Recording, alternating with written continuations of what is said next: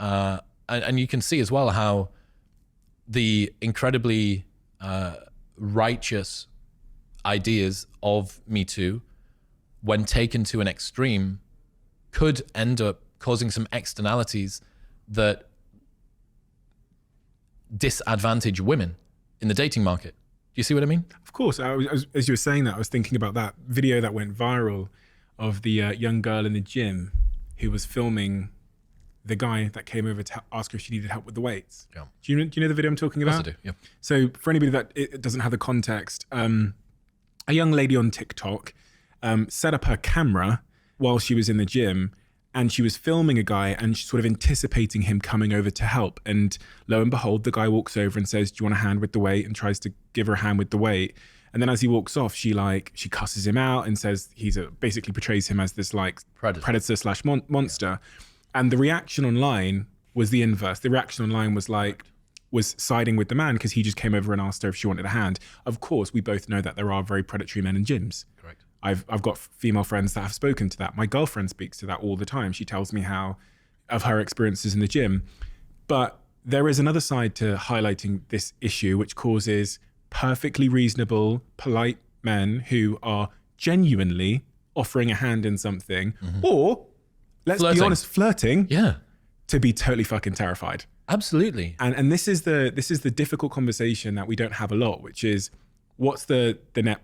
We can see the net positive of that. We can see the positive side of that. But what is the downside? Everything in life has a cost. Is that now that we are scared to broker conversations with strangers through fear of being put on blast on TikTok? If you optimize for absolute safety, what you're going to end up with is nobody ever approaching a girl in the gym. Now, I don't know, maybe there are girls that say, do you know what it is? It is worth it for no girl to ever be flirted with in the gym, for no girl to ever be made to feel like they are being stared at in the gym. You know, like if the price that we have to pay is that no one ever gets a gym date, then that's fine, because the benefit that we get is that no one ever is made to feel uncomfortable, right? A few things to say on that. First off, almost all indiscretions from men that are where they do creepy behavior are a very, very small cohort of men that repeatedly do it. This is from David Buss's Men Behaving Badly. It is one man doing 1,000 bad things to women, not 1,000 men doing one bad thing to women. Now, the problem is that can still cause that's still 1,000 bad interactions with women, right?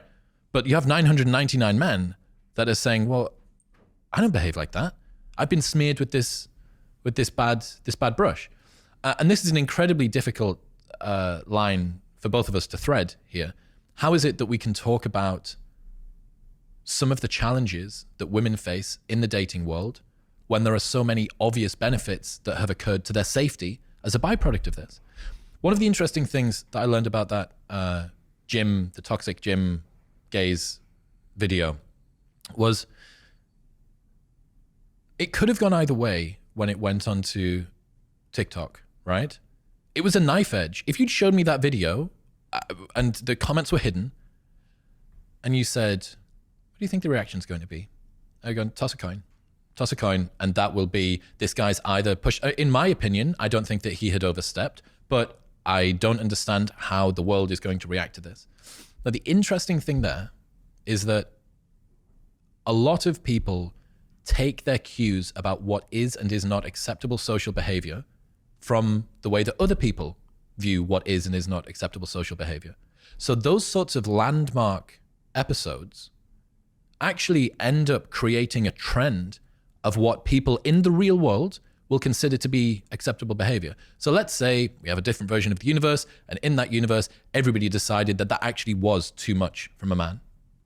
What you have then is all of the girls that watch that video seeing it and saying, oh my God, if a guy glances over at me more than 3 times in 90 seconds and tries to help me deload a glute bridge, that constitutes worthy concern about abuse and the toxic male gaze, right?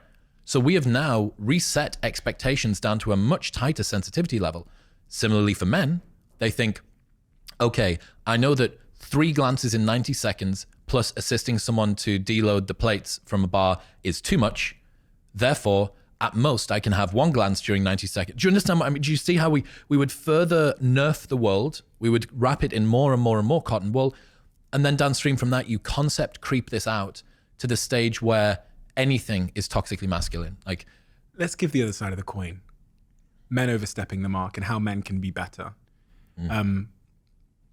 That's what I want to make sure we're balanced in this conversation. Absolutely. Because there are, as we both have spoken to, there is a huge amount of inappropriate behavior that happens throughout society, through the corporate world, through our everyday lives. How as men do you think we can be better?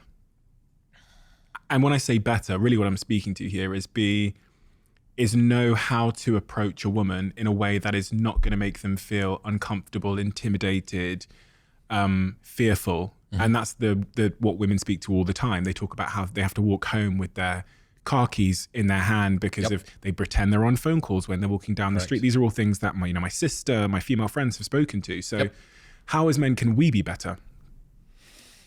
The first thing I think is to actually spend some time sandboxing this, like practicing. Like the only way that you're going to learn how to interact with a woman is by doing it. It's not the sort of thing that you're going to be able to work out on the internet. I mean, like basic stuff, like don't stand super close to her. Don't do it in a dark alleyway at night. Don't stare for ages without saying anything.